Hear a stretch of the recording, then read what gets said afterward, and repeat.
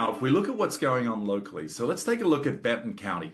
And if you look here, this is the median sales price, and this is over the last 2 years. Now, the red column represents the active listings. The blue column represents under contract, and the green column represents those homes that are closed. And this is the median sales price or the median price. And you can see here that we've seen a little bit downward pressure on active inventory and on closed transactions. However, the under contract price has actually gone up, which will bode well for the coming months, because if you look at it, the active inventory and the under contracts are really windshield numbers, and the solds are actually rear view mirror numbers, because the solds are the activities that took place previously versus what's coming down the pike for you. So again, we're not seeing massive price reductions, but what we are is appreciation has slowed, and now we're seeing a stable market. Now, if we look at supply and demand, and again here versus what we saw on the national numbers, what you see is seasonality. In fact, over the last 12 months, that seasonality has become a little more exacerbated than it was back in 2024.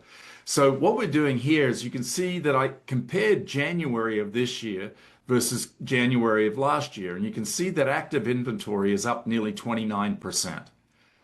So we have more homes to choose from. Under contracts was down barely, in fact, only one less unit.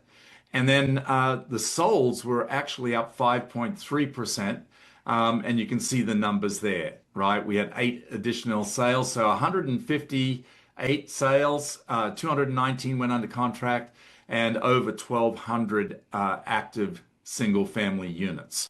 Again, nothing outrageous here. It's a good market. It's a great opportunity.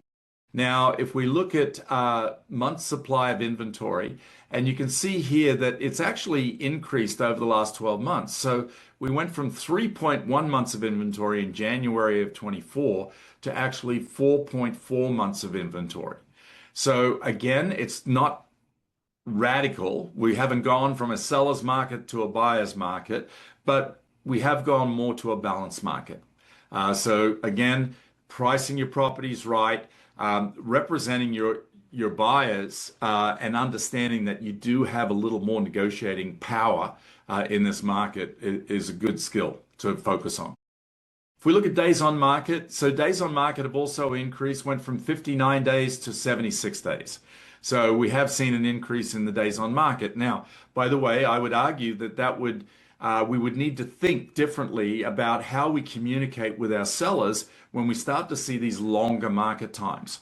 So what's your communication plan for staying in relationship and staying in communication with your sellers during what is going to be typically a longer on-market period?